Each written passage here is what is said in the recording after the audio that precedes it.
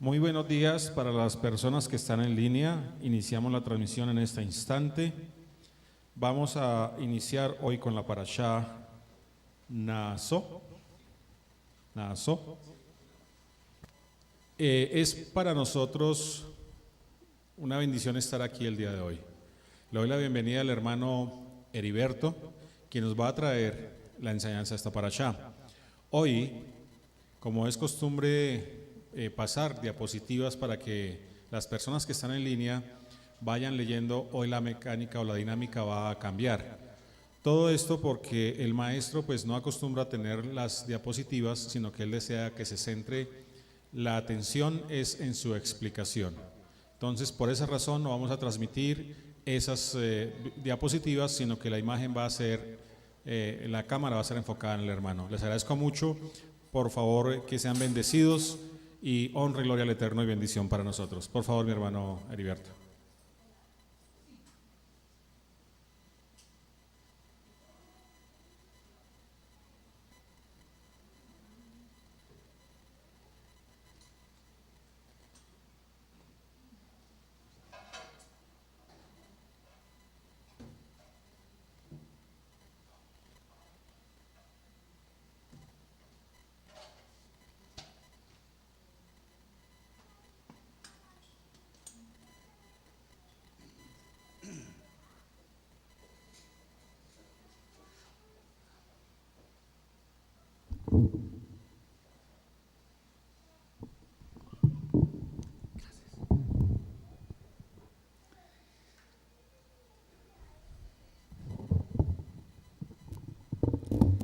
Shabbat Shalom, mis hermanos.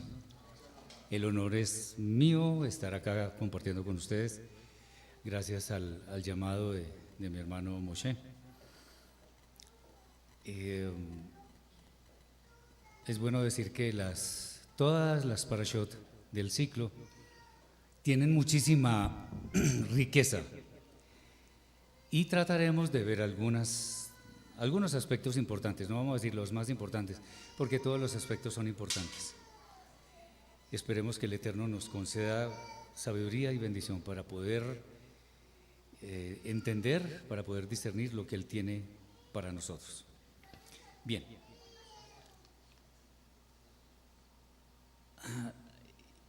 Hay un tema muy interesante que aparece en la Torá, en Bemidbar capítulo 5, versículos 5 al 7, dice así: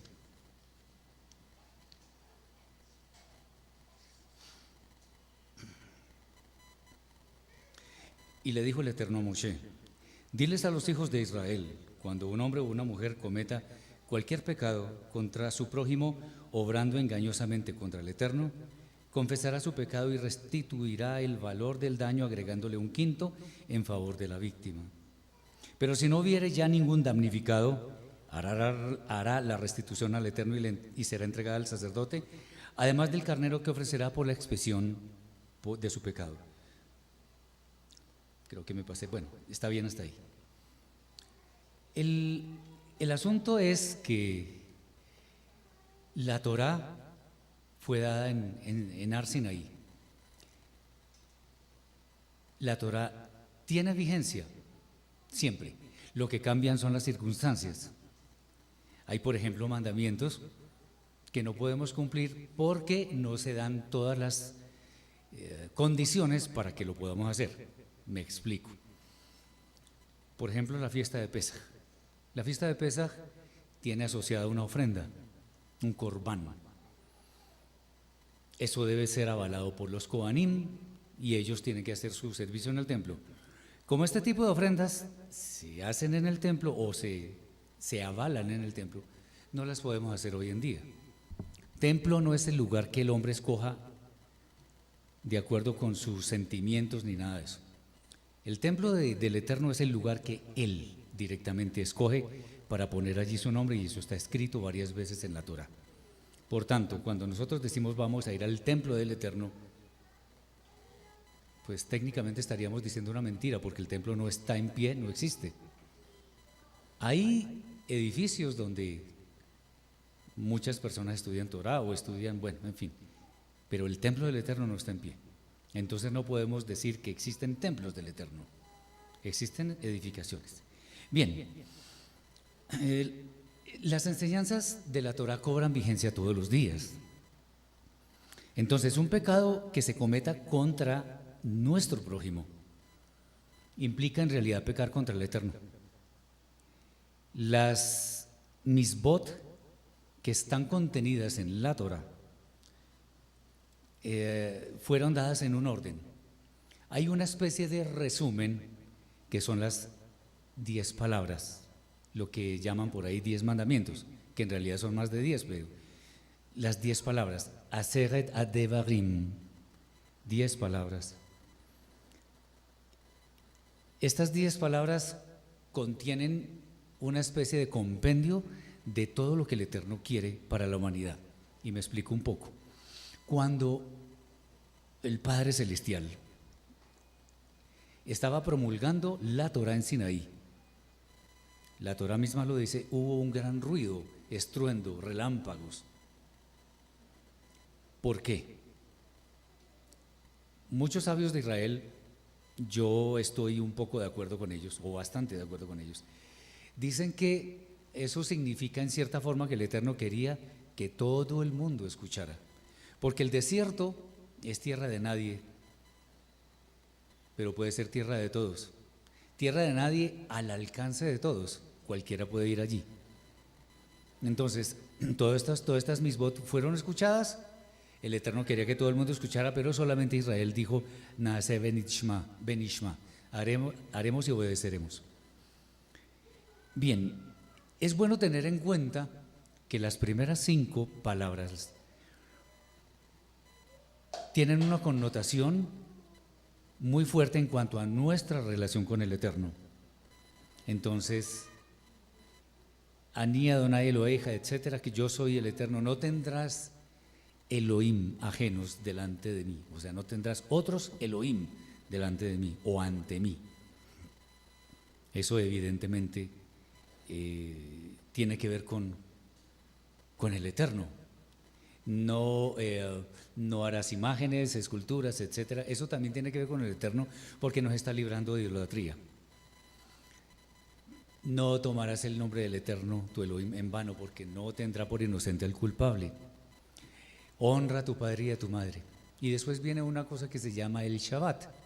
Acuérdate del Shabbat para santificarlo. El Eterno hizo el Shabbat para el hombre, no el hombre para el Shabbat.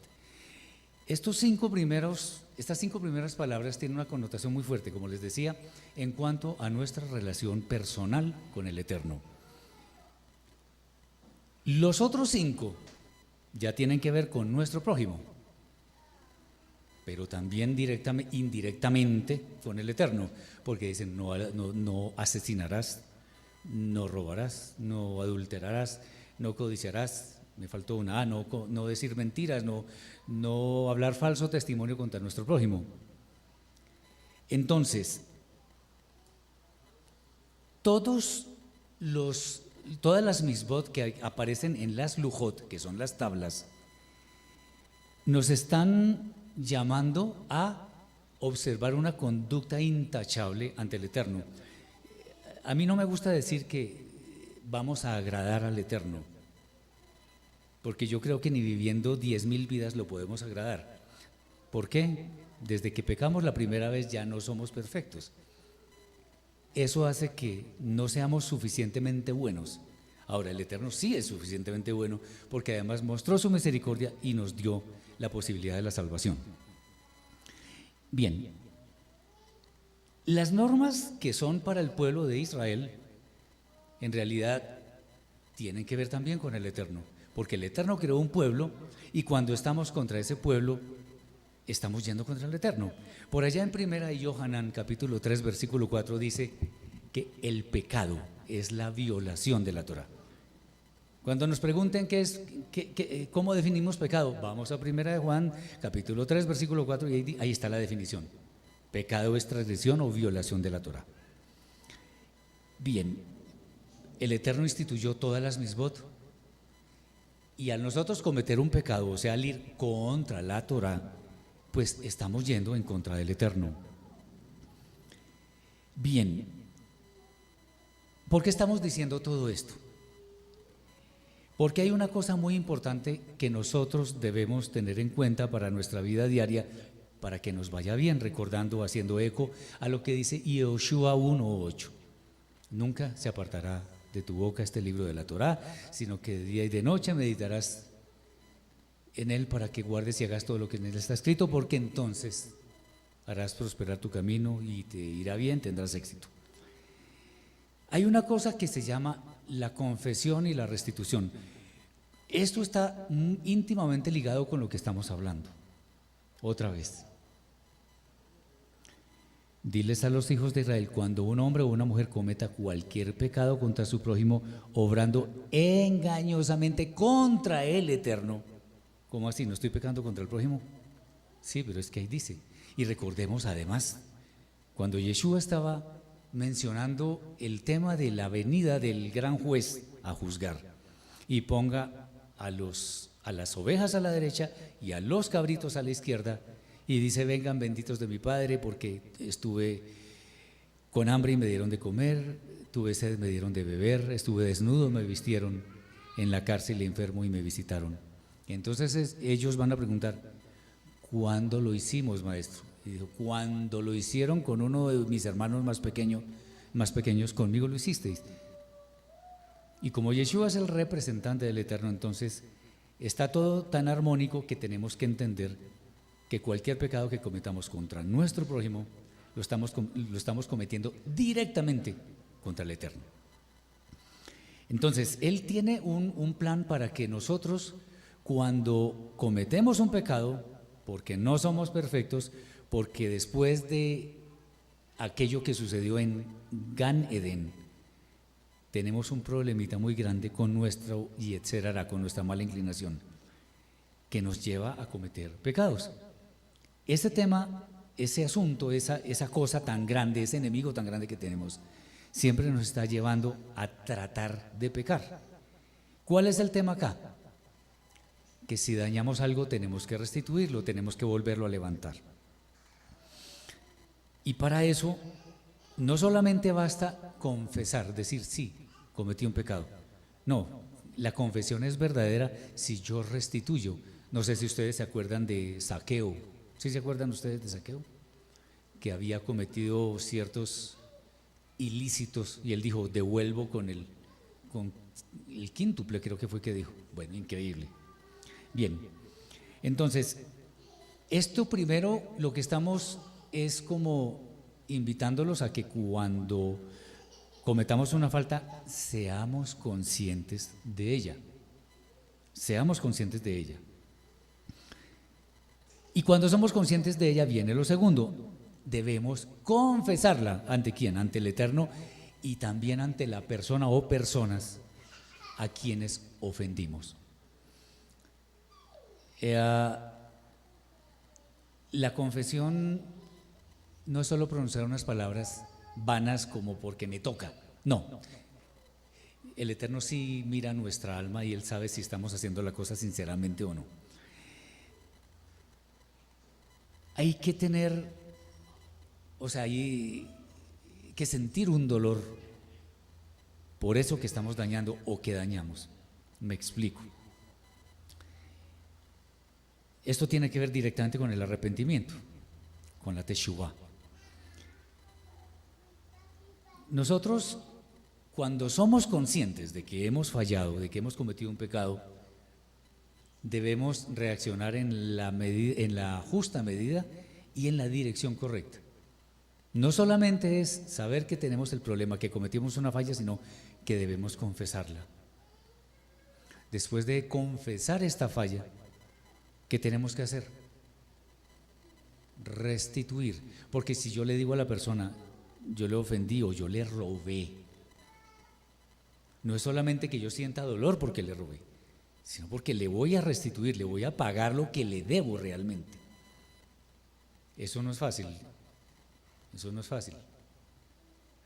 Hay personas que, teniendo la posibilidad de hacerlo, no lo hacen. Grave. Adelante. Mi hermano, para apoyar esto, esa enseñanza, siempre se habla que hay que restituir lo robado. Y la gran mayoría de personas nos imaginamos que lo robado es algo físico. Pero acordémonos que también le podemos robar la honra a una persona. Entonces algo moral, algo espiritual. De hecho es llamémoslo así. peor. Entonces hay que restituir esa honra, pero también con sus intereses acarreados por haber robado esa honra. Correcto. Entonces, en ese sentido es mi intervención. Muy bien. El tema, gracias por eso, porque además eso me da pie para decir algo adicional.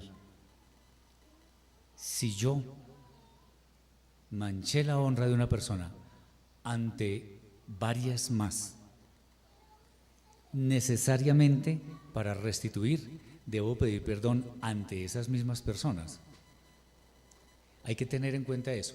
Fíjense ustedes, hay una cosa horrible que se llama chisme. El chisme tiene un gran problema. El problema no es que sea cierto o no sea cierto. Ese no es el problema del chisme. El problema del chisme consiste en el daño que le hace a la persona o personas afectadas. ¿Qué debería hacer yo, por ejemplo? Vamos a poner escenas de hoy en día muy comunes. Si yo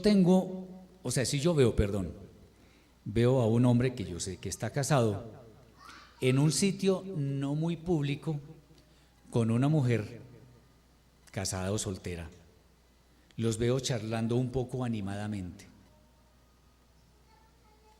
Hay muchas personas que ya se forman 50 imágenes en la cabeza y creen que la verdad revelada es lo que se imaginan en torno a una posible relación entre esas dos personas, cuando de pronto lo que estaban haciendo era un negocio o qué sé yo. Miren, voy a poner un ejemplo que alguna vez lo puse acá de pronto, pero para quienes no estaban es bueno ilustrarlo.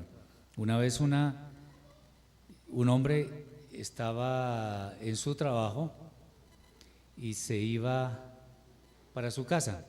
El hombre trabajaba en cementos y esas cosas. Iba feliz con su mezcladora. El tiempo que necesitaba mezclar le daba para ir a la casa. El caso es que cuando va llegando a la casa, vio un carro muy bonito estacionado y a él le pareció raro, muy raro, y empezó a imaginarse cosas de la esposa. Él se bajó sin hacer ruido ni nada de esas cosas y miró por la ventana hacia adentro de la casa y vio que la esposa estaba con un señor, con un hombre, y le estaba dando un abrazo y, mejor dicho, estaba feliz, feliz, feliz, feliz, feliz.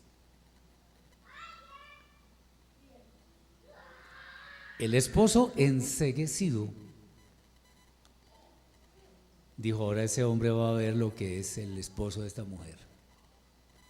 Y cogió la mezcladora y todo el cemento se lo tiró, se lo vertió al carro nuevo.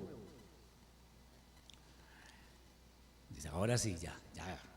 Satisfizo su machismo, su virilidad. Ahora sí tocó la puerta y ya estaba listo a darle una paliza a este hombre, al otro. Y la esposa no solo no se inmutó, sino que se puso, o sea, no le dio miedo la presencia del esposo, sino se puso feliz. Y le dice: ay, mi amor, imagínate, este señor es de donde sea. Imagínate que por el trabajo que hicimos anteriormente, nos ganamos ese carro tan bonito que está ahí afuera y te lo quería compartir. El hombre quería que se lo tragara a la tierra. ¿Por qué? Puso a volar su imaginación. Cuando nosotros veamos algo que aparentemente no es normal, ¿qué tenemos que hacer? No tenemos que hacer nada, ni pensar nada, ni nada. Si de pronto por alguna de esas cosas de la vida pensamos alguna cuestión, se nos ocurrió algo, yo llamo en privado a la persona, el hombre o la mujer, que se dice: oiga, yo lo vi o la vi con fulano o con fulana, en tal parte, a tal hora. ¿Qué significa? Y entonces la persona nos dirá, ah, no, es que estábamos hablando de hasta ahí llega el asunto. Y yo no estoy difamando, no estoy esparciendo rumores, o sea, un chisme puede dañar matrimonios, puede dañar familias, puede dañar una nación, la puede dañar.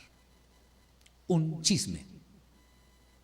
Entonces, cuando a mí me cuenten un chisme, ¿qué debo hacer? No creer. Es lo primero, no creer. ¿Por qué tengo que creer un chisme? Sí.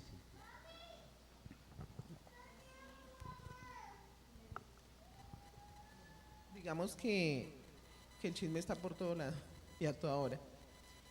Solamente quiero ponerle este ejemplo. Cuando tú encuentras tu empleado haciendo cosas contra tu empresa y tú lo tienes certificado, ¿qué quiere decir? Que tienes copiado los correos. Ni por enterado se dio el empleado, o sea, fresco como lechuga, perdón que tenga que decirlo eso, ¿no? Pero sí nos afectó bastante. Por ejemplo, eso nos pasó hace 15 días con mi esposo. Entonces vimos 3 personas, un cliente, mi empleado y un amigo.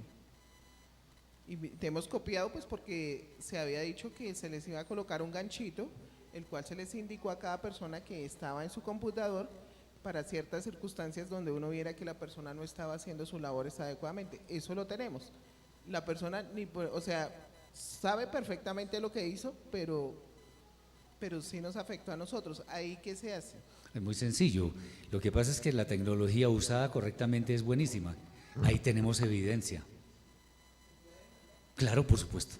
Claro que se puede demandar. No solo se puede demandar, se debe demandar. Porque, claro, obviamente los testigos que no pueden hablar, pero las cámaras son como testigos que hablan, porque está reproducido exactamente lo que estaban haciendo o que no estaban haciendo. Claro que se puede demandar y legalmente se puede hacer, porque ahí está la prueba. O sea, ni siquiera una persona viendo eso, ¿qué va a decir?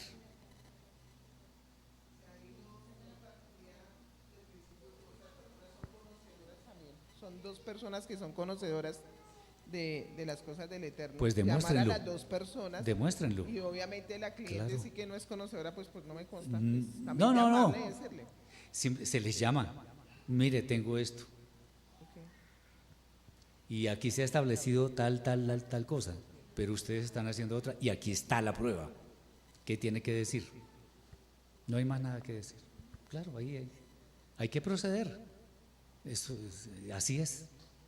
Bueno, muy buena cosa, porque eso nos ayuda a entender, claro. El asunto no es saber datos, no es saber Torah, es aplicarla.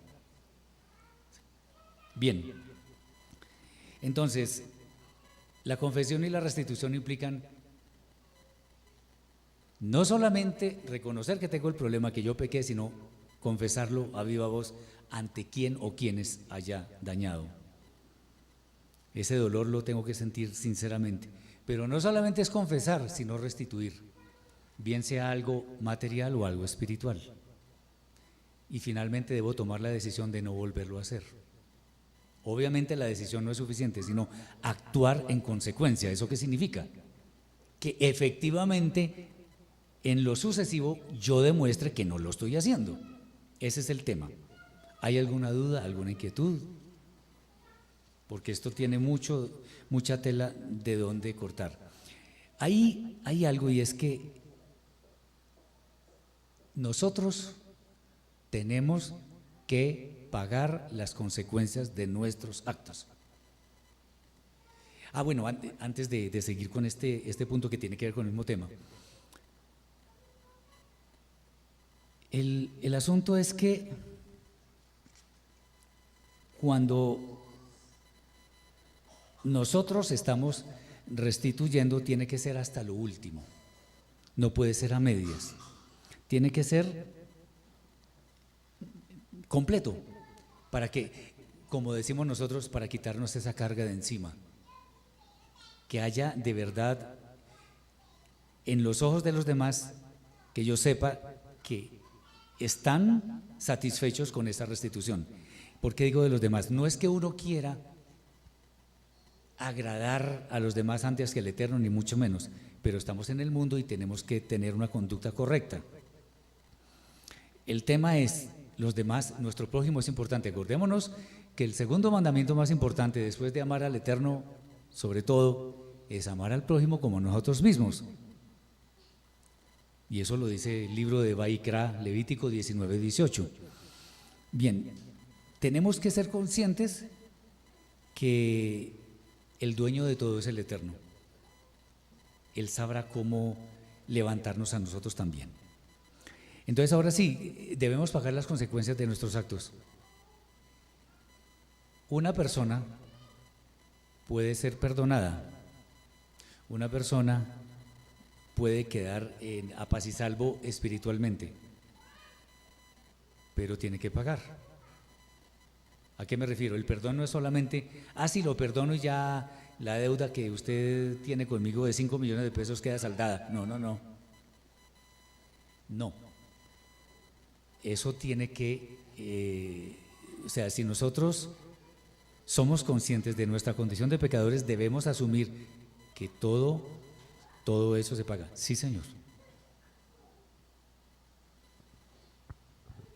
Solamente digo algo antes. Recordemos que Yeshua dijo en torno a lo anterior: no juzguen según las apariencias, sino juzguen según justo juicio. Sí, Señor. More, si por decir algo en cuestión de restitución, pongamos el caso de un narcotraficante y dice que se arrepiente y se vuelve al Señor, y ahí todos esos bienes que supuestamente a juicio de uno son adquiridos no en buena forma, ¿ahí qué? Devuélvalos. Pero ¿a quién le va a devolver? A quien sea, al Estado, o con eso haga algo con la gente pobre, con la gente que dañó, con las víctimas. Eso hay mucho a quien restituir. O sea, si le robó un bien a X o Y, devuélvalo. ¿Qué han hecho los paramilitares? Robar a diestra y siniestra. Para que haya verdadera restitución, devuelvan todo. La guerrilla lo mismo, devuélvalo, sin más ni más. Devuélvalo, confiese delante de todo el país: yo le robé a tales y tales y tales en tal región, en tal parte.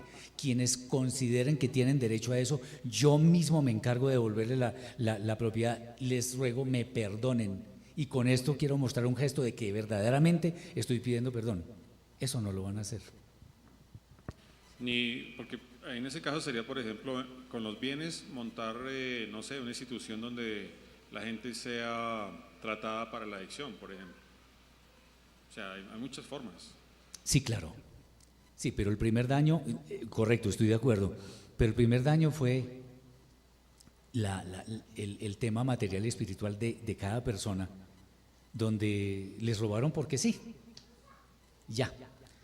Ahora hay mucho paramilitar y mucho guerrillo que está haciendo de las suyas, pero bueno, ese no es nuestro tema de hoy. ¿Alguna otra duda, alguna otra inquietud? Sí.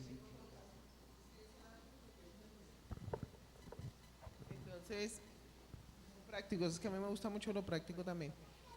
Esta semana, entonces, una persona que no quiere decir su nombre nos dice que el chofer utiliza la camioneta para hacer, ¿cómo se llama eso? Uber, para acarreos de Uber. Pero que no van a decir que él dijo. Entonces me lo llevaron a mi oficina. Entonces dije, no, inmediatamente pregúntele al hombre si lo está haciendo.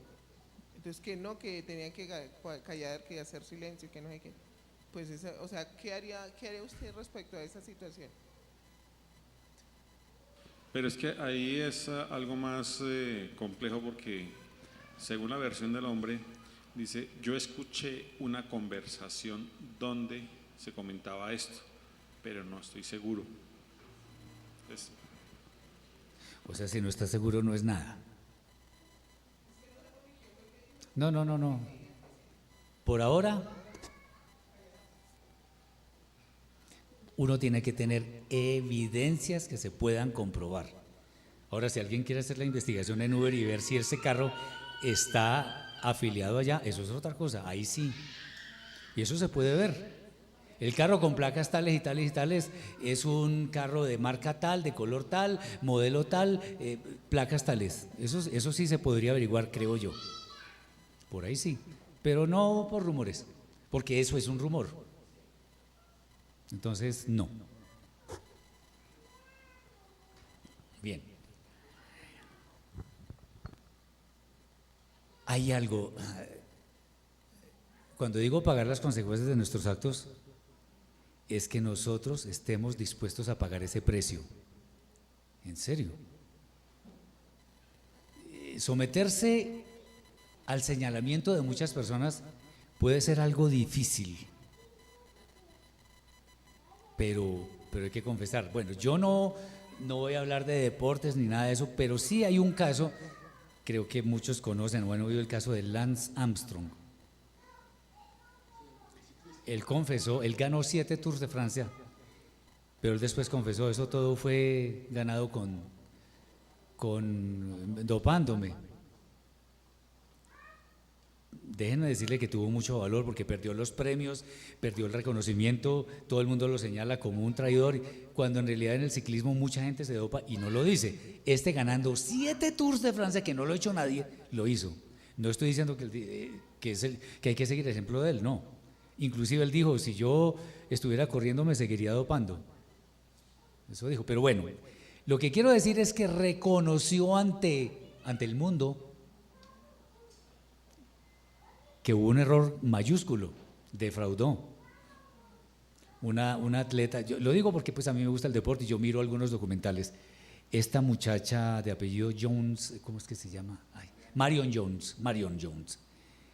Ella defraudó, pero después reconoció llorando, estuvo en la cárcel. Dijo, les fallé. Yo me dopé, y ahora es una excelente persona. O sea, a mí me gusta mucho cuando una persona reconoce sus errores. No es que tenga que hacerlo llorando, pero uno ve una actitud de esas y uno dice, sí, esa persona sí. Ahora hay militares reconociendo, hasta llorando lo que hicieron anteriormente. Yo lo he visto, pero bueno.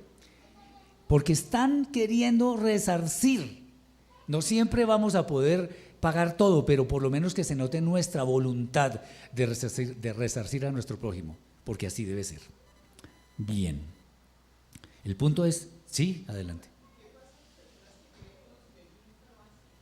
O sea, Perdón. no lo van a hacer. O sea, digamos que uno ve mucha gente y hemos vivido muchas experiencias, digamos, de los sitios donde nosotros hemos ido con mi esposo, de personas que hicieron tantas cosas, inclusive nos deben mucho dinero, porque lo que puedo decir, mucho dinero que nos quitaron, estoy hablando desde la cuadrangular hasta hoy, etcétera, y nunca se han acercado a resarcir o a decir al menos, oiga, algún día le pagaré o perdón, ¿sí? Nunca, o sea, eso porque uno lo ve, o sea, no han entendido nada que es Torah. Bueno, lo primero, Torah no conocen doctrina cristiana, pero Torah no conocen. Segundo, ellos creen que están actuando bien, peor, grave. Ahí tienen que lidiar con el Padre y ahí están en un problema, pero bueno. Si no reconocen, están en serios problemas. La gente minimiza muchas veces, no toda, pero minimizan el tema espiritual. Cuando no estamos a cuenta con el Eterno, como que nos encogemos de hombro y ya, no. Él nos toma todo, hasta la última sílaba que nosotros decimos está siendo escuchada por Él, y ahí está el inventario. Veremos si nos vamos a arrepentir o no. Grave. Bien. ¿Está claro lo que hemos dicho sobre este tema? ¿Alguna pregunta, aclaración, inquietud, aporte?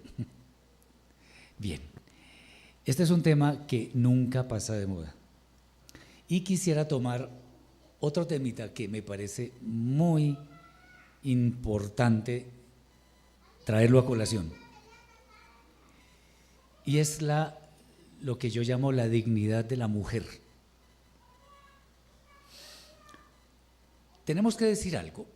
El nivel de santidad que tuvo nuestro pueblo de Israel en su travesía por el desierto, en la entrega de la Torá y todo aquello, fue quizás el más alto. No solo porque era todo Israel, sino porque eran casi todos como una sola cosa, una sola alma. Había tanta kedusha, tanto espíritu de santidad, que, bueno, el Eterno estableció, por ejemplo, la muerte cuando se violaran ciertas misbot, la muerte. Entonces, uno dice, bueno, ¿cómo así la muerte? ¿Qué cosa? ¿Qué castigo tan duro? ¿Qué castigo tan duro? Estamos pensando como hombres. Y como hombres, casi sin Torah. Y ya les voy a decir por qué. La escritura parte del hecho de que el Eterno es perfecto, santo, misericordioso y sobre todo justo. Es omnisciente, es omnipresente, es todopoderoso, lo puede todo, nada se le puede oponer. Él no tiene enemigos. Decir que el Eterno tiene enemigos es decir que alguien le puede hacer contrapeso. No, enemigos no tiene. Ustedes han visto fotos de la Tierra desde una sonda espacial que va por allá por Saturno y no sé qué. La Tierra es así de pequeñita, es nada. Y si nos alejamos otros millones de kilómetros, no se ve. ¿Me entienden lo que les quiero decir?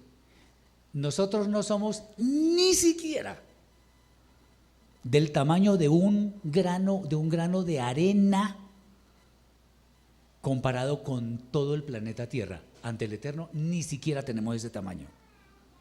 Total, no podemos decir que existe algo así como el reino de las tinieblas. Eso no existe. Existen otras cosas. Bueno, con estas consideraciones y teniendo en cuenta, si es que de alguna forma en 5 renglones podemos decir, ¿quién es el Eterno? Podemos decir cosas interesantísimas.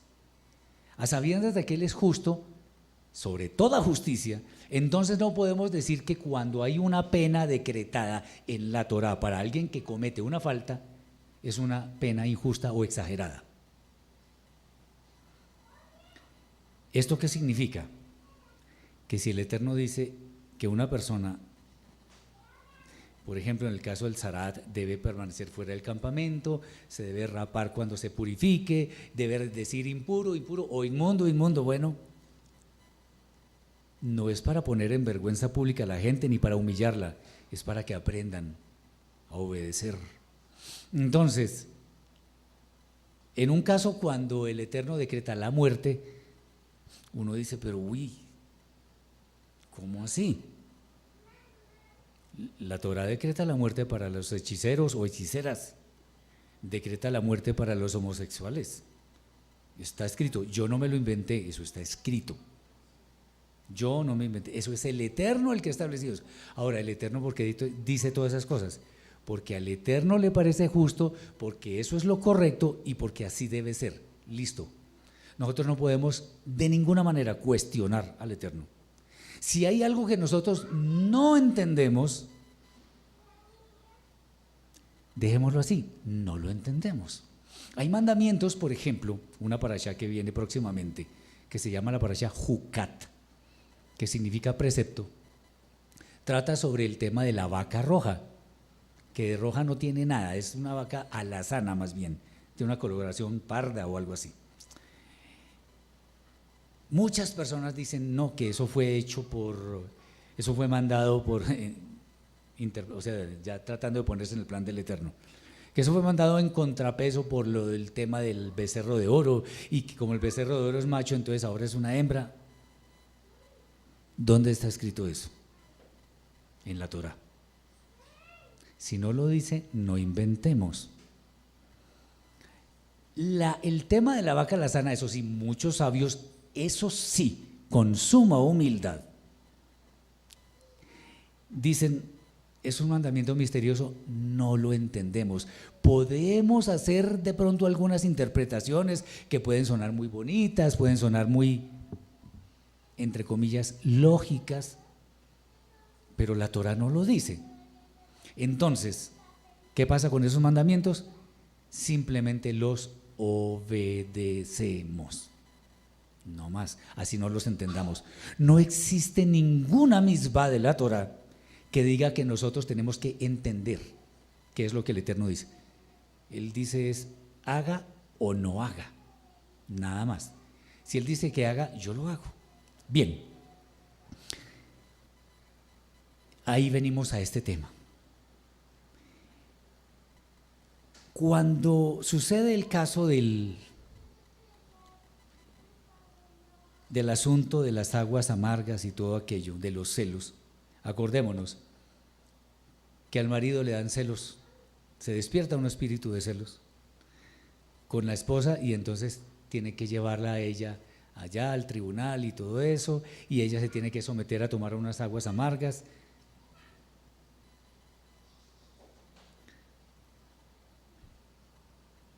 Escucho con respecto a esto de parte de muchas damas, a quienes aprecio de corazón, que según eso la Torá es machista. Por eso hice esa introducción que acabo de hacer. Decir que el Eterno es machista es un epíteto peyorativo que el Eterno no merece. Porque si Él estableció esa norma, pues así se debe cumplir. Que si la mujer tal cosa, no peleen conmigo, con el Padre Celestial, que es el autor de la Torá. Moshe no se inventó ningún mandamiento, él lo que hizo fue copiar. Nada más. ¿Qué mandamientos tiene Moshe? Alguien que se anime y me diga uno. O Yeshua. No existen mandamientos de Moshe, no existen mandamientos de Yeshua. Cuando Yeshua dice un mandamiento nuevo os doy, no es nuevo.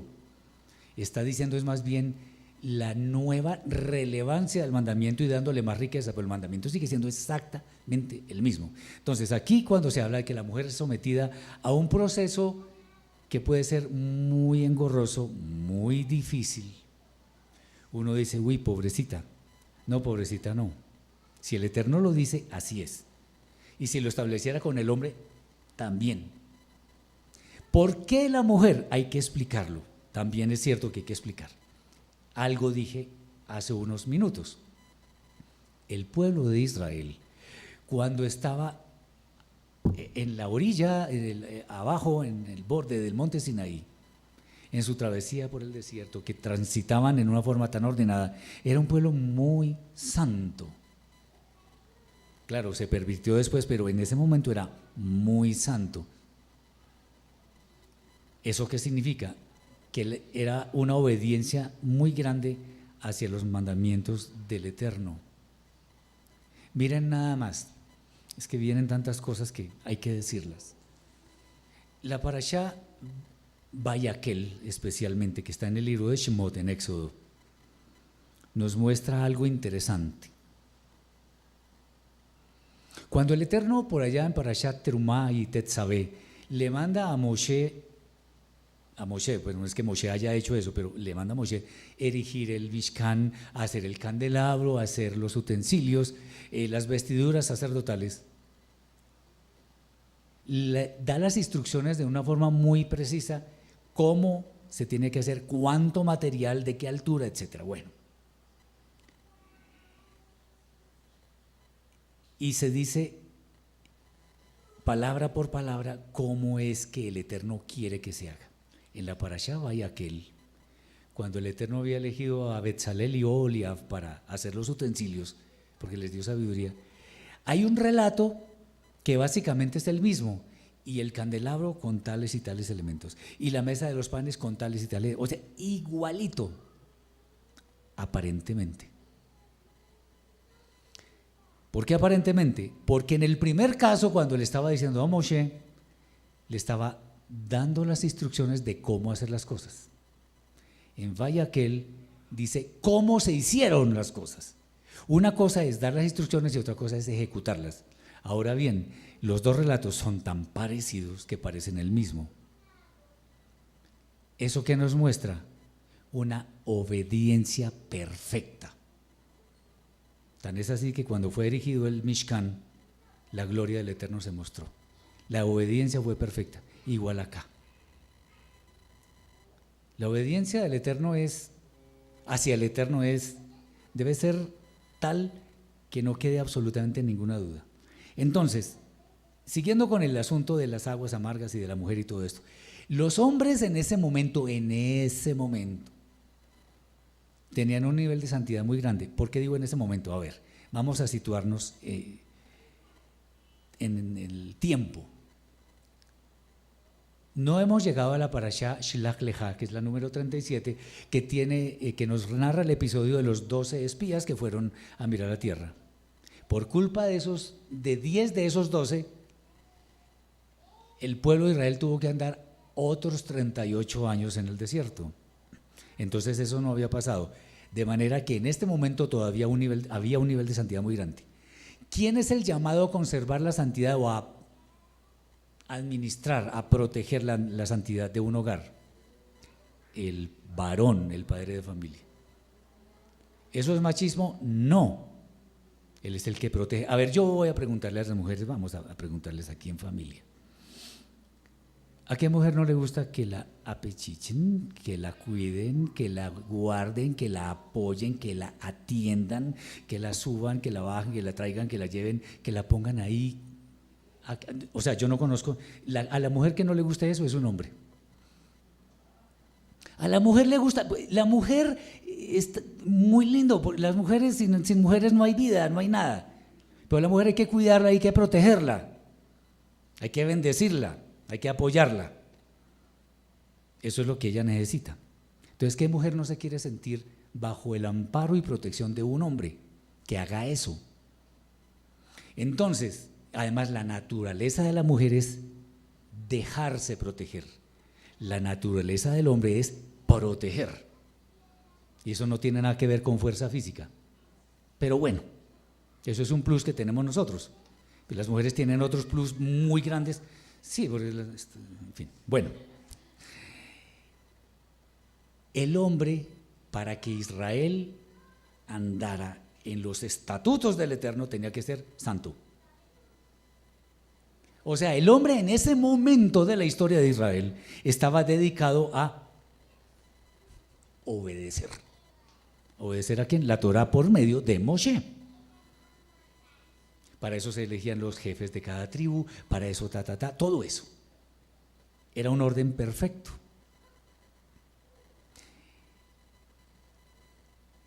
En esa situación, ¿qué podía pasar? No estoy diciendo que esa es la verdad revelada, ni mucho menos.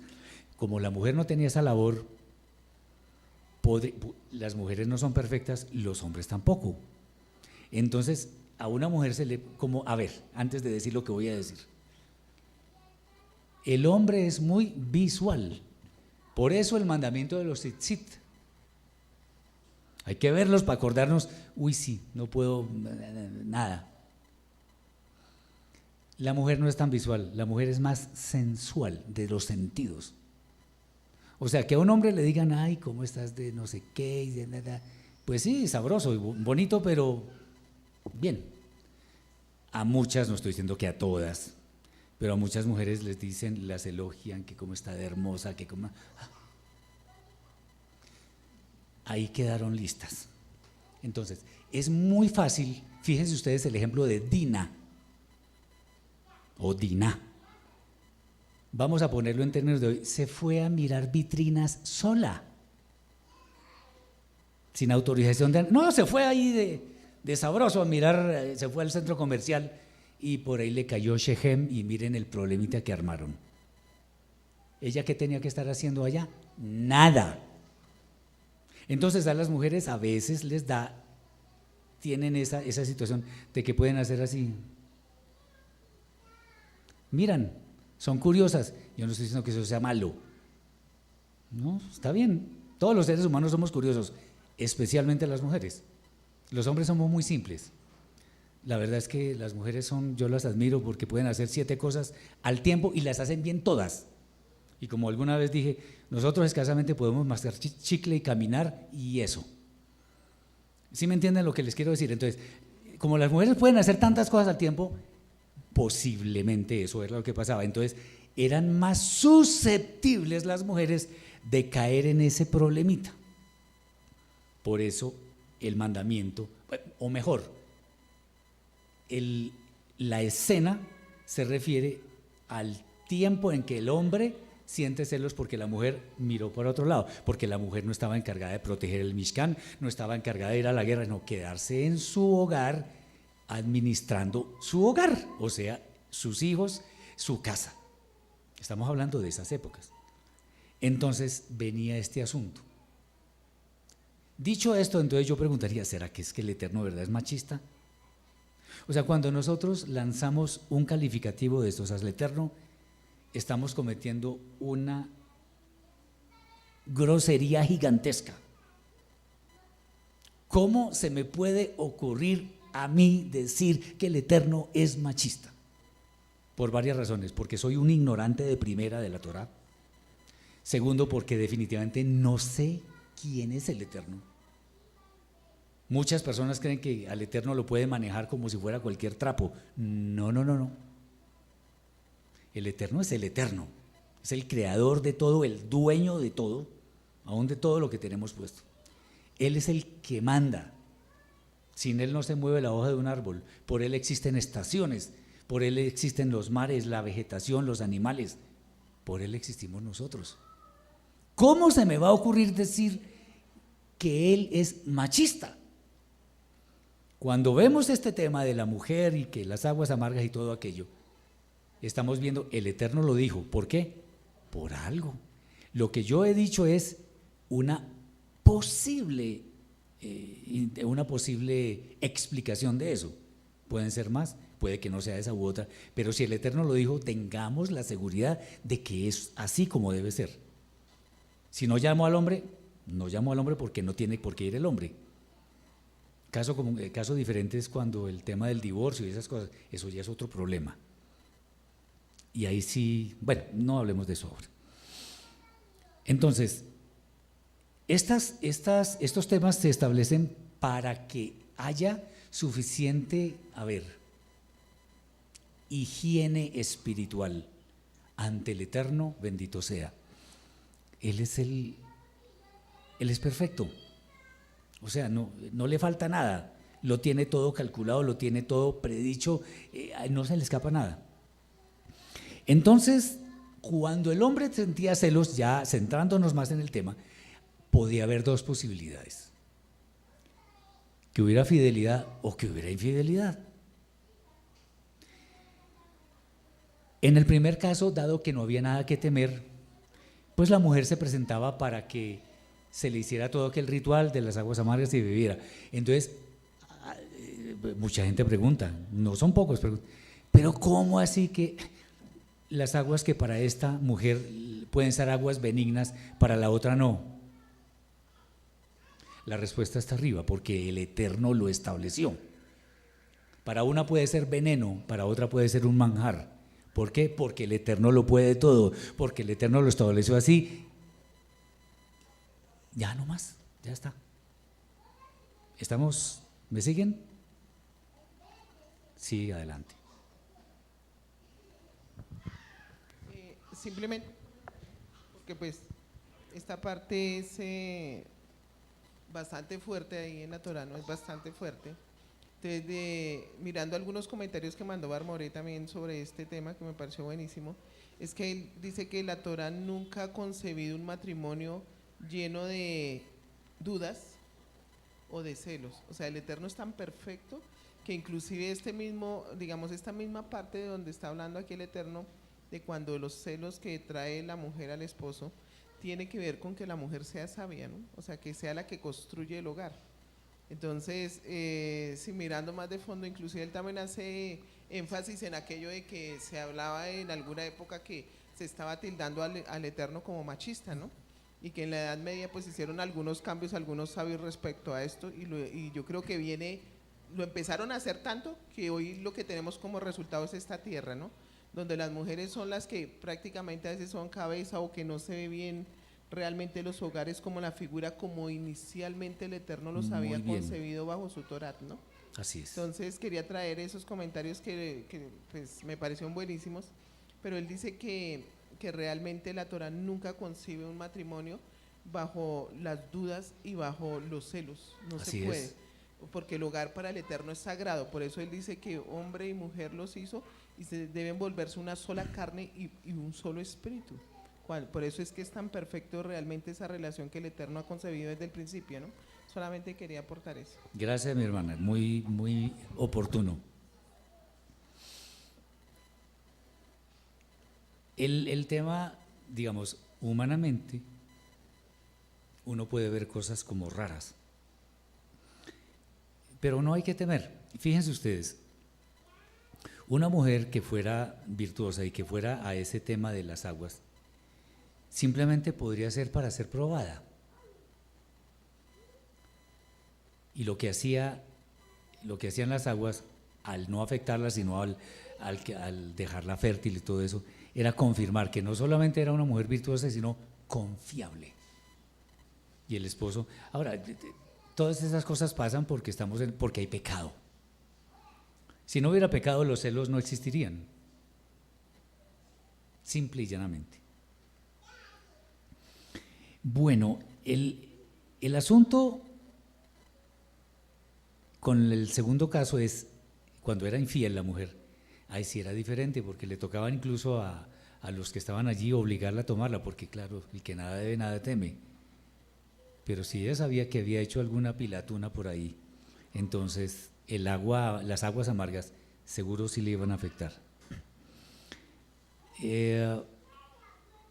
Eso también, tengámoslo en cuenta, eso también le podía suceder, aunque no estuviera ahí, al adúltero que cometía el pecado. Porque el Eterno no se queda con nada. El Eterno es justo, perfecto. Entonces Él no se queda con nada, sino que administra justicia de acuerdo con su gran sabiduría, que es perfecta. Es bueno traer a colación, yo no soy muy dado a tomar cosas judaicas, digámoslo así, pero, como dice el Rav Shaul, que examinemos todo y retengamos lo bueno, tengo algunas cosas que mostrar. Sí, adelante. More, quería preguntarle si esto de lo de la mujer adúltera, digamos de las aguas amargas, fue lo que bebió Yeshua cuando estaba en el madero. ¿En el qué? En el madero, que cuando le pasaron lo del hisopo, bueno. No sé, pero no creo. Empezando porque eso era solamente para que tomara una mujer. Entonces no creo. Puede que tuviera algún elemento. Ahora, de que él pagó de que él, digamos, pagó, tal vez la pregunta no la estoy haciendo bien, que él, digamos, con eso que él bebió, pagó esta. No, eso sí es especulación, no, eso sí no se puede afirmar. No, porque eso no está escrito en ninguna parte y no hay evidencias que sostengan eso. No, hay una enseñanza, hay una interpretación de una aplicación del tema de las aguas amargas al tema de lo que Yeshua tuvo que pasar al beber la copa, que compara la copa de lo que él bebió con la copa que la mujer adúltera bebió, porque realmente él estaba bebiendo la copa del adulterio de Israel. No, eso ya es hilar muy delgadito. Bueno. No, digamos que en el fondo podría haber relación. Sí, si uno llama el pecado de Israel como adulterio, pues sí, pero referirse a este caso no. No, toma este caso como el Eterno, es un marido celoso. Él es el marido de Israel. Todavía no es un marido. En la Torah dice que él es un marido celoso. Fui como un marido, como un marido celoso. Pero no es todavía el marido. Vale. Las bodas no se han consumado totalmente, entonces no es un marido. Vale. Como un marido. Está tomando el hecho de que en la época que eso sucedió era el marido. Se está tratando de forzar un significado. Bueno, en todo caso, se prefigura o se interpreta que Yeshua tuvo que venir y pagar la deuda de la mujer adúltera en el madero al beber la copa de las aguas amargas. Hay mucha similitud. No, pero que sean similares no significa Y- que tengan que ver el uno con el otro. Mira, le digo, son muchísimos mandamientos, muchísimas cosas como para que ese aspecto se encargue de expiar una sola cosa. No me cabe en la cabeza. O sea, la ofrenda expiatoria, el corbán de Yeshua, expía todo sin distingos. Lo que pasa es que hay muchos temas como este, como la vaca lazana, como 200.000 temas más, que uno decía, bueno, esto tiene cierta similitud, entonces puede ser esto. Yo no me atrevo a establecer como la interpretación adecuada, porque ya estaría como casi pontificando, como dicen por ahí. A mí me da miedo hacer eso. Puede ser, para mí es mejor decir, puede ser que es. Yo no me atrevería a decir que es, pero puede ser, pero no lo aseguro. ¿Sí? Es una interpretación. Es correcto. Y la interpretación puede ser producto de una especulación también. No estoy menospreciándola ni nada, pero en eso sí yo soy bastante cuidadoso. Bien.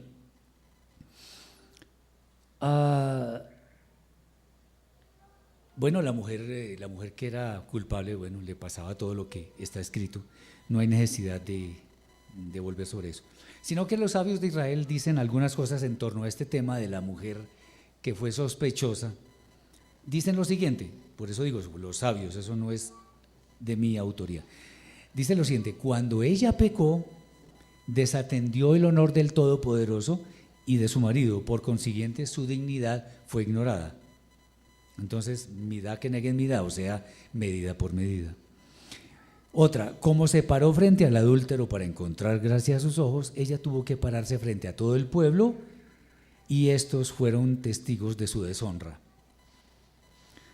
Embelleció su rostro, por consiguiente las aguas amargas hicieron a sus ojos hincharse, o sea, ya el rostro no era agradable. Trenzó su cabello, por consiguiente él fue desarreglado, que es lo que pasa acá. Exhibió las uñas de sus dedos pintadas, por consiguiente las aguas causaron a sus uñas caer. Usó un cinto hermoso, en lugar de ello una soga egipcia fue atada a su alrededor. Pecó con sus miembros, por consiguiente esos miembros se consumieron. Alimentó al adúltero con delicadezas, por consiguiente su ofrenda provino de forraje animal. Le ofreció a él dulce vino en hermosos vasos, o sea, tuvo todo el tiempo del mundo para hacer eso. Por consiguiente ella fue hecha a beber aguas amargas en una jarra de cerámica. Bueno, ahora que estaban diciendo que la copa y no sé qué, yo también digo esto, o sea, lo que bebieron de ahí no fue en una copa, fue en otro tipo de recipiente. Finalmente ocultó sus acciones y por consiguiente esas acciones fueron hechas públicas. Esto demuestra que el Eterno es justo en todas sus misbot, en todas sus sentencias. No podemos dudar de él. No podemos dudar de él en ninguna manera, porque esto nos puede traer sobre nosotros muchas calamidades. Existen toda suerte de interpretaciones, muchas suposiciones, pero son eso, interpretaciones, suposiciones, hipótesis. Yo quiero hacer una invitación, si la Torá no lo dice, no especulemos. Si la Torá lo dice, no interpretemos como se nos ocurra, sino veamos en hebreo qué es lo que quiere decir, porque el trasfondo de la Torá es hebreo. Fíjense ustedes, solamente voy a poner un ejemplo para no demorar mucho. En Bereshit, capítulo 1, versículos 9 y 10, dice así: y dijo Elohim, reúnanse las aguas que están debajo del cielo en un lugar y aparezca lo seco. Y así fue. Y llamó Elohim a lo seco tierra, y a la acumulación de aguas la llamó mares, y vio Elohim que esto era bueno. Esa lectura es en español. Si leemos los últimos versículos, las últimas palabras, perdón, en el versículo 10, dice así: Vaikra Elohim layavasha eretz ulemikbe amaim kara yamain vaira Elohim kitov. Entonces ahí está diciendo, reunión de aguas, dice el mikbe de aguas. Qué interesante. Si uno no conoce el trasfondo hebreo de la escritura, se va a perder eso. En español simplemente dice la reunión de aguas y siguiente versículo. No. Ahí nos está diciendo que todas las aguas iban a ser un gigantesco mikbe.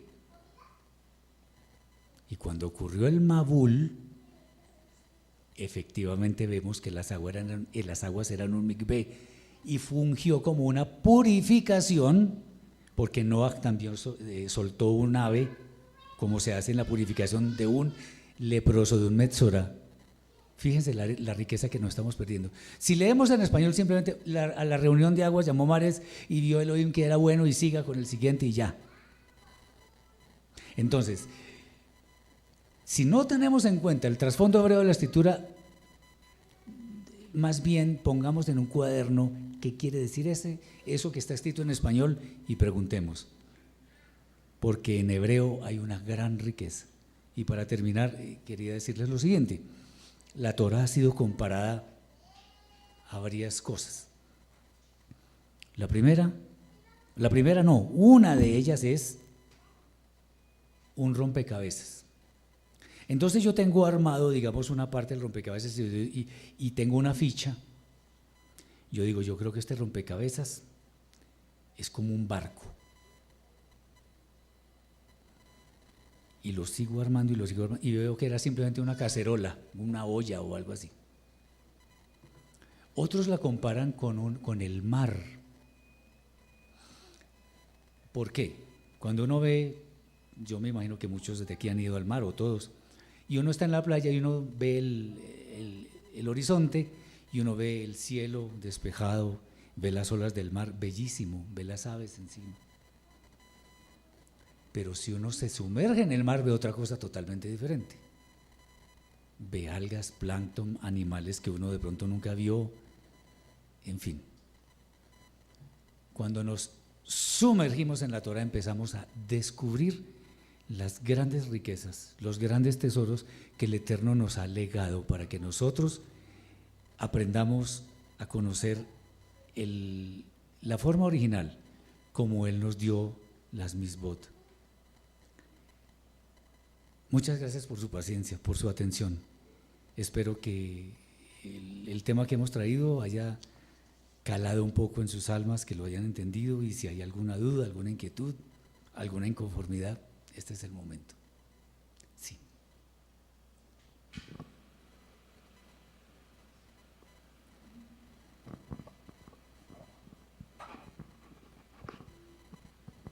More, una de las preguntas es si Yeshua llevó el pecado de la humanidad, porque aún en el mundo hay pecado.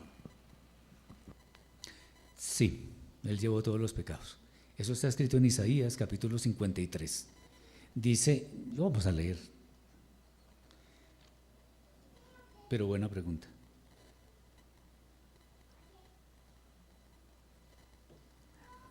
Pero estaba herido por nuestras transgresiones, aplastado por nuestras iniquidades, y por sus llagas fuimos sanados. Dice, ciertamente cargaba con nuestros padecimientos y llevaba nuestros dolores, en tanto que nosotros le considerábamos golpeado, herido por Elohim y afligido. Tal vez la prueba reina de que él sí tenía toda la inmundicia, no, hay varias pruebas reinas, es que él dijo, Eli, ¿por qué me has abandonado? La respuesta es muy sencilla: el Eterno no conecta con el pecado. El pecado en su presencia no es, por un lado. Entonces, sí fue abandonado, digamos, por un rato. Lo otro es que es que se nos alargaría mucho, pero a ver, en el mismo Isaías capítulo 59, versículo 20 dice así: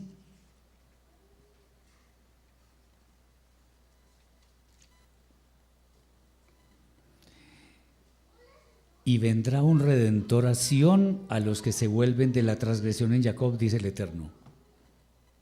¿Eso qué significa? Cuando lo leo en hebreo, dice algo interesantísimo. En el 20. Uva lección Goel, leshavei fesha, be Jacob neum Adonai. Hay una cosa que es potentísima, y es la palabra pesha. La palabra pesha significa rebeliones. ¿Pero qué es una rebelión? Una rebelión es el acto de ir en contra de lo que está establecido conscientemente. En otras palabras, una rebelión es un pecado intencional. Yeshua murió por nuestros pecados intencionales. Los pecados no intencionales los espían animales, como está escrito en el libro de Levítico. Si no fuera por Yeshua, no podríamos nosotros acceder al Olam Haba, a la vida eterna. Este texto nos dice claramente que Él expió todas nuestras faltas y las tenía encima. Además, si eso fuera poco, hay que tener en cuenta algo. El día de la fiesta de Pesaj, como hay que sacar todo el hametz de nuestra casa,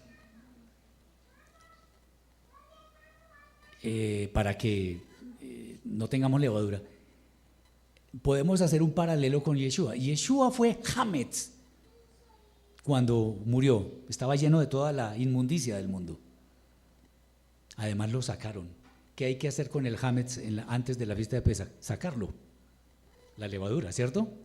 A Yeshua lo sacaron, a él lo sacaron, estaba afuera, él murió afuera.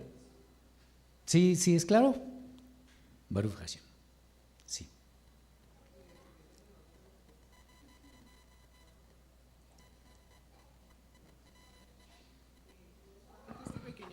Comentario ahí para defender el honor de las mujeres. Dice, en el mismo Bar Mitzvah dice 5:28, dice: pero si la mujer no se ha contaminado, sino que es pura, será declarada inocente y tendrá descendencia.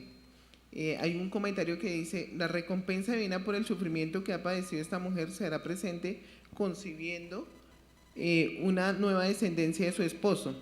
Y hay un Midrash, el Midrash Sifri dice, agrega, que si esta mujer era estéril como consecuencia de esta prueba superada, recuperará su fecundidad. Era fértil. Todo esto nos hace recordar la clase de relación entre Eloa e Israel. O sea que realmente el Eterno es justo totalmente, porque no se puede decir nada más. Indudablemente es justo, o sea, no podemos dudar ni un solo instante. Sí. Carlitos.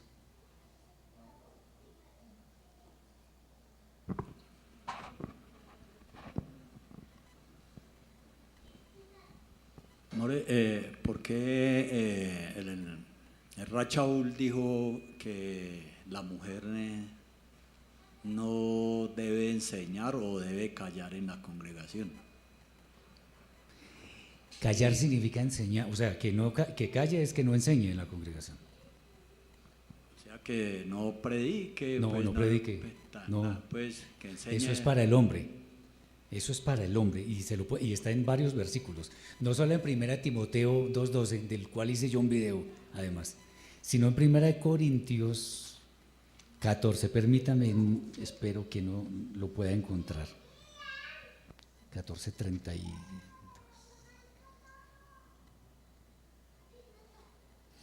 14:34. Las mujeres callen en las congregaciones porque no les es permitido hablar, sino que estén sujetas, como también la Torah lo dice. Si quieren aprender algo, pregunten en casa a sus maridos, porque es indecoroso que una mujer enseñe a los hombres en una congregación.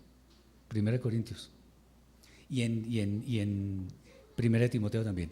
Lo que se está tratando de decir es que la mujer debe tener su papel. Debe tener su papel. El que debe enseñar es el hombre, ya lo vimos.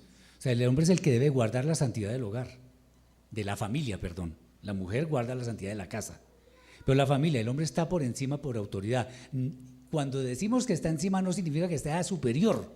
No decimos que sea mejor, no es nada de eso. No tiene nada que… Acordémonos que los roles en una keila, en una comunidad, son diferentes. Siempre habrá personas que sepan más que nosotros, bendito el Eterno por eso. Siempre habrá personas que sean más atléticas que nosotros, bendito el Eterno por eso. Siempre habrá personas que manejen el dinero mejor que nosotros, supremamente bueno. Seguro aquí en este recinto hay personas que hacen 50 cosas 1000 veces mejor que yo, se los garantizo.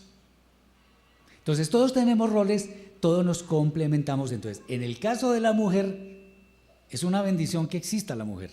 Sin la mujer no hay vida, no hay Keilah, no hay nada, no hay Torah. Entonces, lo que pasa es que las mujeres tienen muchas responsabilidades en su hogar, de acuerdo con lo que está escrito acá, no lo que a mí me imagino, lo que yo me imagine y lo que la sociedad moderna ha impuesto, que es otra cosa totalmente diferente. Dicho sea de paso, yo soy totalmente antifeminista. Eso del feminismo es lo peor, una plaga. Entonces, el tema es ¿cuál? La mujer estaba para ser protegida, para ser guardada, pero entonces ella debe tener sus labores. Bastante tienen con tener hijos en su vientre como para que uno les ponga a enseñar. Señor.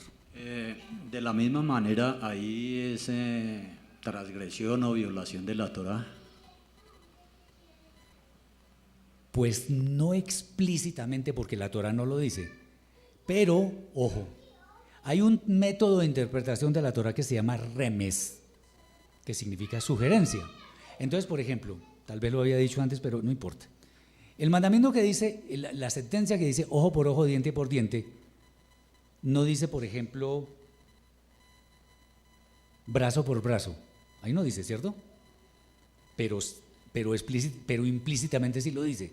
Y lo puedo interpretar sin ningún problema porque lo que está diciendo es medida por medida. No me está diciendo frente por frente, pero es tal cual, porque solamente con decir ojo por ojo, diente por diente ya se sabe que aplica lo demás. ¿Ok? Entonces, ¿por qué estoy diciendo eso del remes? Porque si miramos, mis hermanos, mis hermanas, todo el Tanaj, solamente hubo una mujer que fungió como líder en Israel, porque los hombres no fueron capaces, porque fueron ineptos, porque fueron temerosos, porque fueron tontos, mejor dicho, para no ir muy lejos. Estamos hablando de Débora. Entonces hay muchas mujeres que me dicen, ay, pero mire Débora, muéstreme el otro testigo, porque son mínimo 2 testigos, muéstrenme qué otra mujer. No hay. En cambio vemos innumerables maestros en la Torah, en los profetas, en los escritos que enseñaban Torah. ¿Que fueran mejores? No, eran hombres. ¿Por qué? Porque ese es el rol del hombre. Y si la mujer asume el papel del hombre, grave. Gravísimo. Porque entonces tenemos hombres incapaces, hombres miedosos, hombres que no creen en la Torah, qué sé yo. El Eterno les va a tomar cuenta, eso sí. Así como tienen la responsabilidad de guardar su hogar, si no lo hacen, gravísimo.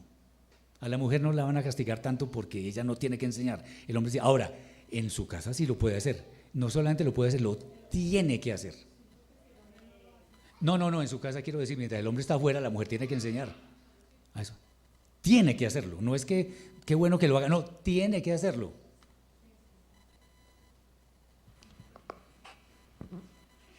More, tengo una pregunta. Sí. Tú dices que en la casa la mujer tiene que enseñar, ¿cierto? Entonces, por decir algo, si el varón no hace Shabbat, ¿la mujer lo puede hacer? ¿Qué es hacer Shabbat? O sea, hacer los rezos de Shabbat y todo eso. ¿Dónde dice que hay que hacer rezos de Shabbat? Bueno, no sé. No, a mí me gustaría que me dijeras según la Torah dónde dice que hay que hacer rezos de Shabbat. No dice. No dice. Por eso. ¿Qué hay que hacer en Shabbat? En Shabbat es, no estoy, ojo, con eso no estoy queriendo decir que estén mal ciertas cosas que se hacen, no, pero la Torah no lo ordena. Que el mandamiento del Shabbat es acuérdate del Shabbat para santificarlo, o sea, para apartarlo para el Eterno. Santificar lo que es, con oración, rezos, pero no rezos rituales necesariamente, sino y con estudio de la Torah. Ahora, uno dice, todo el día estudiando la Torah y rezos y eso es santificar el Shabbat. ¿Dónde dice la Torah que hay que aprender? Nada, nada. Mi hermana, no. Pero qué bueno que me hayas traído eso. Ven, te digo. Resulta que mucha gente, el que quiera aprender velas, hágalo. Pero no lo haga incorrectamente. ¿Qué quiere decir incorrectamente? Ya sigo con el otro tema, pero es que ese tema me parece buenísimo. Baruch atah Adonai Eloheinu melech asher kidshanu leadligna shel Shabbat. No, señor. Eso es decir mentiras. Eso es tratar al Eterno de mentiroso. Hasbe Shalom. No lo mandó. Él no mandó encender velas. ¿Dónde dice eso? Entonces, ¿yo qué hago? Y lo voy a decir en español. ¿Dónde está? Por eso es que cuando queremos seguir la Torah, cuando queremos obedecer Torah, obedezcamos Torah, no a los hombres. Por eso yo no sigo ni judaísmo, ni catolicismo, ni cristianismo, nada, ningunismo, porque eso es lo que nos esclaviza. La Torah nos hace libres. Y Yeshua dijo, y conoceréis la verdad y la verdad os hará libres. Y en el Salmo 119 dice que la Torah es la verdad. Ergo, y conoceréis la Torah y la Torah os hará libres. Así de fácil. Entonces, en ese sentido, ¿yo qué digo? Si yo enciendo velas y me dicen que encendamos velas porque yo no lo hago, ya no lo hago. Bendito eres tú, eterno nuestro Elohim, Rey del universo, que nos santificaste con tus mandamientos, hasta ahí voy bien, y nos ordenaste acordarnos del Shabbat para santificarlo. ¿Qué cuento de velas ni qué nada? Eso sí, porque eso sí es Torah, eso está escrito. Está escrito, Shemot capítulo 20, muy sencillo, aquí se los voy a presentar. Sí, exactamente. Ahí dice, no dice, es que imposible. Te acordarás del día de Shabbat para santificarlo. Ahí está. Entonces, Asher Kichano me David Sibano. No, pero yo lo hago en español. Lo puedo hacer en hebreo, pero no, en español. Bendito eres tú, eterno nuestro Elohim, Rey del universo, que nos santificaste con tus mandamientos y nos ordenaste acordarnos del Shabbat para santificarlo. Ay, sí. Ahora, que haya velas o no. ¿Dónde está el mandamiento de prender velas para las fiestas? Bueno. Ojo. Seguir la Torah no significa seguir ritos. Hacer ritos no significa que uno esté pifiado. No. Si los quieren hacer, háganlos. Pero Torah. Yo no. Sí, dime, sí.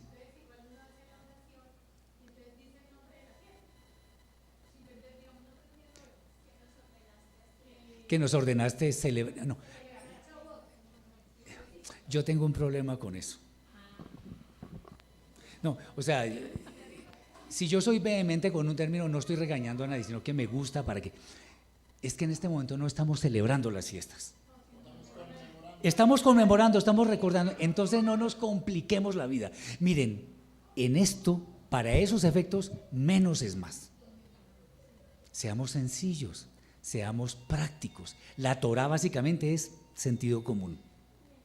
¿Ok? ¿Sí está claro todo? Ok. Sí. Discúlpame, de verdad, discúlpame. ¿Me recuerdas la última parte? Usted me decía que no tocaba hacer los ritos de Shabbat. No. Entonces, lo que yo no, hago… ya. Okay. Discúlpame, ya. Es que ya. El asunto es… Hacerle oración al Eterno vale. Estudiar Torah vale una cantidad, porque ¿cómo? Pero ¿qué más podemos hacer en un Shabbat? Hombre, regocijarnos con la familia. No yendo a una discoteca, no. Pero sí haciendo cosas que nos engrandezcan, que nos unan, que nos eleven y sobre todo dándole gracias al Eterno. El Shabbat es un día de regocijo. ¿Qué dice por ahí en Isaías 58? Que el que no se alegra, eso. Shabbat no significa solamente estar metidos ahora, metidos lo digo en el buen sentido, no es estar todo el tiempo acá, no. No, claro. Pero el asunto, salvo alguna necesidad manifiesta. Sí, tampoco hay que exagerar, pero el asunto es, seamos prácticos, ¿qué es lo que quiere el Eterno? con mis hermanos, con mi familia, ¿por qué no? Estoy feliz. Cuando yo comparto, miren, yo soy una persona que con mi esposa tenemos una forma de hacer las cosas, y es que es rico compartir con otras personas y todo eso. Pero las salidas que más nos gustan son cuando estamos nosotros cuatro. Mi esposa, mis 2 hijas y yo. Eso para mí eso es lo máximo. Así sea para comernos, no más. Entonces el Shabbat es alegría, es gozo. Ahora, si tengamos en cuenta, porque él dice, no, que yo no cumplo Shabbat porque tengo que ir a cumplir una emergencia. La vida tiene precedencia sobre el Shabbat. ¿Sí? Ahorita cuando está dando la enseñanza, usted dijo que Israel era santo. ¿En qué momento dejó de ser santo? Cuando empezó a pecar de esa forma tan horrible, caso ¿qué? Becerro de oro. Por ejemplo, en el tiempo de los jueces, ni se diga. Cuando fueron los espías allá, cuando Korah, la rebelión, no, terrible, o sea, hubo muchos instantes en que Israel físicamente se apartó. Y en los jueces fue la época más, perdón por el término, pero patética. Estaban en la mala, por no decir otra cosa. Y ahí sí se acordaban que existía el Eterno. Ay, el Eterno les mandaba a un juez, ese juez arreglaba las cosas, ay, qué rico otra vez, y se olvidaron del Eterno y otra vez. Sí, discúlpame que, sí. Quiero refrasear la pregunta de Marisol. Lo que realmente ella le quiso preguntar era si ella quiere observar Shabbat y el esposo no. Esa era la pregunta. Entonces, ¿cómo debía ella proceder? Si estamos hablando de que el marido es el que es la cabeza del hogar, entonces, y él no quiere, esa era la pregunta. No, sí, pero lo que pasa es que estaba bien. Muy buena pregunta de todas maneras, porque ahí hay un problemita. Porque es que muchas mujeres muy apegadas a las cosas, creen que el esposo, pues, no, creen no. Como el esposo es la autoridad máxima, entonces es lo que él diga y nada más. No, señor. No, señor. La mujer puede guardar Shabbat, así el esposo está en contra. Puede leer su escritura en el momento que pueda. Un sabio, a quien yo conozco, dijo algo. Si puede guardar 24 horas el Shabbat, hágalo. Pero si no puede, guárdelo 22. Si no lo puede guardar 22, guárdelo 16. Si no lo puede guardar 16, guárdelo 10. Si no puede guardar 10, guárdelo 5. Y si no puede 5, al menos guárdelo 1 hora, pero preocúpese por el Shabbat. Es que el Eterno mira las intenciones de nuestro corazón y eso es lo que importa, porque las intenciones son el motor que nos lleva a una vida en el Olam Haba. Entonces, que el esposo no le gusta, de malas él, pero él no me puede prohibir que yo lea. Ahora, no es que yo le esté, perdón, esto lo quiero hacer con respeto, refregándole la Torah en la cara. No se trata de eso, sino simplemente, bueno, yo voy a estudiar y voy a dar ejemplo como la mujer virtuosa. La mujer virtuosa no coge el micrófono en la casa y empieza a predicar, no. Calladita con su ejemplo, y el esposo va viendo y dice, uy, esta mujer tiene algo. Y va a llegar el momento en que le pregunte. Y entonces ahí sí la mujer le dice, mira, yo tal cosa, con humildad, con paciencia, esto y esto, ya. No hay que hacer gran cosa. Orar, nadie te puede prohibir orar. Nadie. Así sea mentalmente. ¿Cómo hace alguien para prohibirte orar? Ahora, lo que pasa es que cuando hay confrontaciones por eso, y esos casos abundan, porque los conozco personalmente, ¿qué hay que hacer? Hay que ser, Yeshua nos dijo que fuéramos astutos. Y la astucia de la mujer, las mujeres son mucho más astutas que nosotros. Nosotros somos... La mujer, ¿qué debe hacer? Y eso lo aconsejo yo mucho. Enseña a sus hijos cuando no esté él. Hágale. De pronto en la noche, cuando se van a dormir, cuéntele cuentos y de una vez láncele versículos, láncele enseñanza. Eso lo van cogiendo. Tienen creativas. Pues no se queden en que, no, mi esposo no quiere. No, señor. No. Digamos, los frutos, yo se las voy a presentar directamente al Eterno. y eso es personal. Yo no puedo presentar los frutos de otra persona, porque yo no los produje. Tan sencillo como eso. Entonces, si yo cultivo, esos niños más tarde adultos van a producir buenos frutos. Así de sencillo. Y la parte del, bueno, esa era otra pregunta del fuego, de prender fuego en Shabbat, de no sé, eso es... No le voy a dar muchas vueltas a eso, pero te voy a responder en una forma muy, muy breve. En aquel entonces, encender fuego era un trabajo pesado. No existía simplemente yo hundo un botoncito o hago así y ya se prende. Ahora, no estoy con esto diciendo que, bueno, ahora ya como está la tecnología. No, tampoco. Pero sí exageran algunos cuando ni siquiera prenden una luz, no suben un ascensor, no pulsan un botón. Hombre, eso ya raya en... Ahora, fíjense algo, discúlpame ya y te dejo. En el judaísmo es que es muy chistoso, porque de eso hablamos hace un rato, cuando estábamos abajo, antes de empezar. En el judaísmo exageran porque dicen, oigan bien, yo tengo un libro que dice eso. Es una mizvá comer caliente el sábado, en Shabbat. Así dicen. Entonces, ¿cómo lo caliento? Entonces tienen una plancha para dejarla el día anterior, etc. Ahora, la pregunta es, ¿quién puede acceder a esa plancha? Yo, con todo el respeto que me merecen los judíos, porque no dudo que muchos, la inmensa mayoría sean de buena fe, no comparto, no una, sino muchas cosas. Y exagerar, no. No, porque entonces me privan a mí de deleitarme con la Torah. Yo no puedo seguir una halajá tan complicada, no, yo no sigo halajá de los judíos, pero una halajá tan complicada que lo que hace es, la única forma que yo podría celebrar Shabbat es acostándome en la cama, dormir 24 horas, porque ahí no voy a pecar, porque si yo tengo sueños raros, no es mi culpa porque yo no soy consciente. Entonces sería la única forma en que yo cumpliría Shabbat. No. Entonces, la otra cosa es, por ejemplo, para ser judío hay que tener plata. ¿Cuánto creen que cuestan unos tefilín? Que no son bíblicos además. La cuerdita esa y la cajita. Eso no es bíblico. Algún día les hablaré de eso, si me dan la oportunidad, si mis hermanos me lo permiten.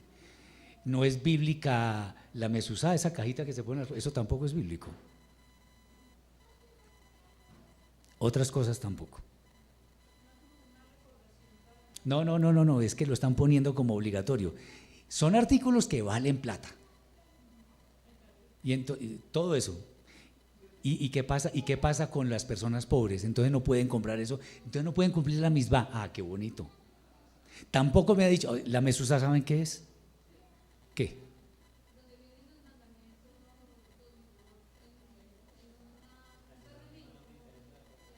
¿Por qué en un pergamino?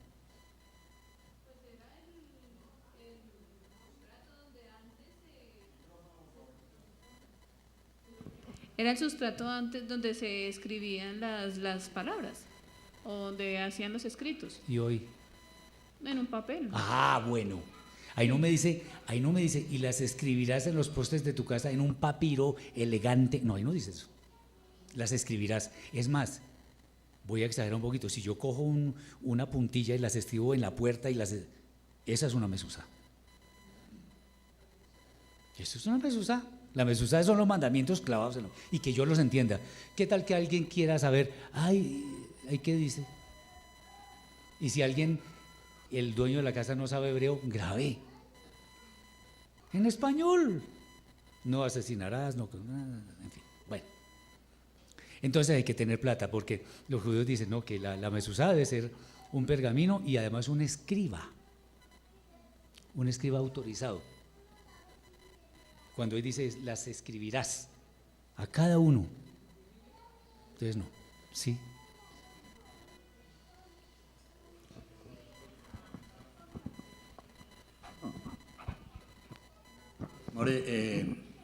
Me pareció haber leído que el profeta Elí fue cortado por no instruir o por no exigir. ¿Qué fue lo que pasó ahí con relación a los hijos y al profeta, que dice que... Tal cual. Sumo sacerdote. Correcto. Casi nada. Él fue muy laxo con sus hijos, como lo fue el rey David. Fue muy laxo, no los estorbaba. Además, él mismo era como medio, no les dio ejemplo. ¿Cómo murió él? Se desnucó, estaba en una silla, no se podía ni levantar, cayó para atrás y adiós. Ojo, eso es tremendo. ¿Sí? No los instruyó, no los estorbó cuando hacían cosas malas, y esa es la consecuencia. En un hogar donde hay una pareja, donde alguien sí cree y el otro no cree. Sí. Se me fue la paloma. Ya. Tranquilo.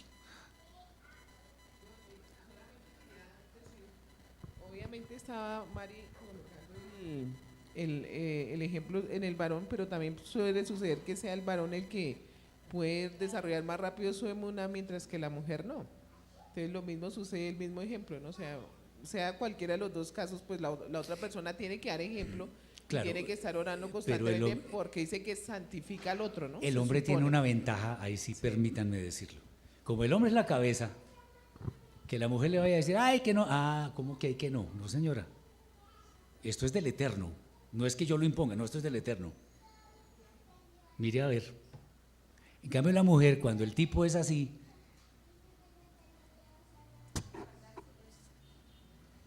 que eso es machismo, no 1000 veces. La mujer es mujer y el hombre es hombre.